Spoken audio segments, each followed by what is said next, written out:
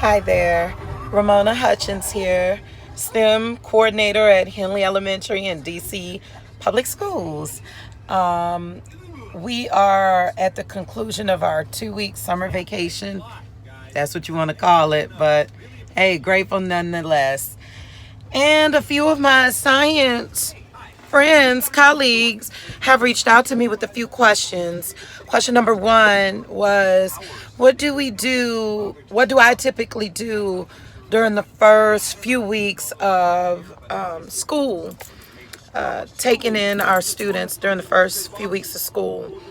The first few days, I try to focus on classroom management, setting up what that's going to look like for my class. Now, I do prescribe to a classroom management style from 3TC called No Nonsense Nurturing, in which I outline the expectations for my students for everything, for things as simple as how to sit on a stool at a lab table in the STEM lab, how to walk in the hallways during transitions from class to class, restroom break, to and from the cafeteria, the playground.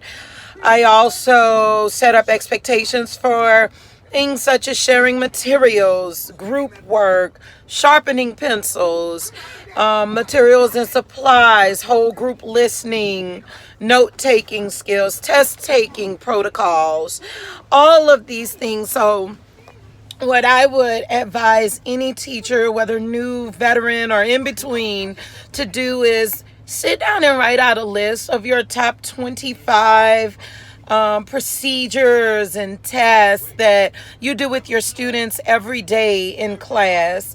Even think of those small little things like, how do we throw trash away? How do we determine who students are going to partner up with every day to use the clock buddy method? Is it a random, what do you call those things? Equity sticks? Like, do you pull the equity sticks to determine who's going to be in a group? Like, how do you make those decisions? And then once you get that list of 25 things that you do in terms of procedures in your classroom, outline step by step, how do you want students to do that? What does it look like? What does it sound like? What does it feel like for you as the teacher? And what should it look like, sound like, or feel like for your students?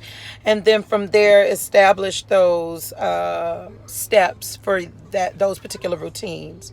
And then those are the things that you practice with your students. Now, does that mean that instruction is not taking place? Does that mean that we don't do any science in those first 3 weeks? Absolutely not. I think as part of our, classroom management strategies, we should also be sure to incorporate content on day one, because that is a part of the expectation, right? That students are learning every single day, that we are building up their background knowledge, allowing them to explore various phenomena so that they can learn how to think as scientists and be successful later on the 3D assessments that we're expecting our students to be able to reach a level of proficiency on within the district. So more to come. Stay tuned. Stay tuned. I'll be answering more questions from our colleagues as we progress in this series. Can't wait to see you guys at PD. Bye.